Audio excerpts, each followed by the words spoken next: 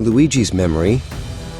As the professional killer savors the bucolic Tuscan air, walking slowly down a path to an unknown destination, surrounded by green meadows and a few houses in the distance, lit by the warm sun of a serene day, his mind wanders back to the days years before, when he had gone to Milan to execute the man who was once, in his youth, his best friend, Luigi Nicolosi.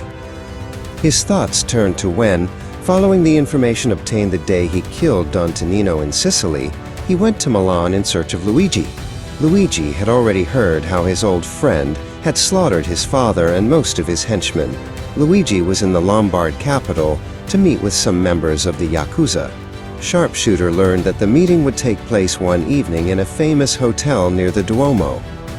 While wandering the streets near the hotel, the sniper was identified by two of Luigi's hitmen, who decided to follow him. One of them sent a text to Luigi to inform him. SharpShooter realized he was being followed and, trying not to show it, decided to head for an isolated place. Noticing an open doorway, he entered and began to run up the stairs, with the two mobsters hot on his heels. Reaching the building's terrace, he positioned himself behind a chimney, keeping an eye on the door and materializing a silenced pistol. The two thugs came out cautiously. The first one out was the one with the red aura, and when the sniper had him in his sights, he called out to make him turn, then shot him in the center of the forehead. The Satanist managed to fire a shot as he collapsed to the ground, but Shooter only pretended to be hit to deceive the second hitman. When the latter came out into the open, he was immediately shot in the hand. As the man screamed, SharpShooter approached him and grazed his right leg with another shot. Getting close to the man, the sniper crouched down and grabbed him by the throat. "You're lucky, you ugly bastard. I'll let you live." With that, he searched the mobster's suit for a phone and, finding Luigi's number, made the call. Luigi, anxious in his hotel room, answered, "So? Did you kill that son of a bitch?" He heard the reply, "You're not talking about your mother, asshole."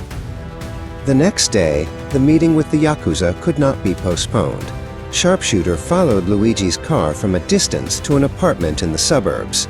Knowing the Mafia, he introduced himself to the Yakuza men as one of Luigi's guys, Ciccio Lopresti, with an urgent message.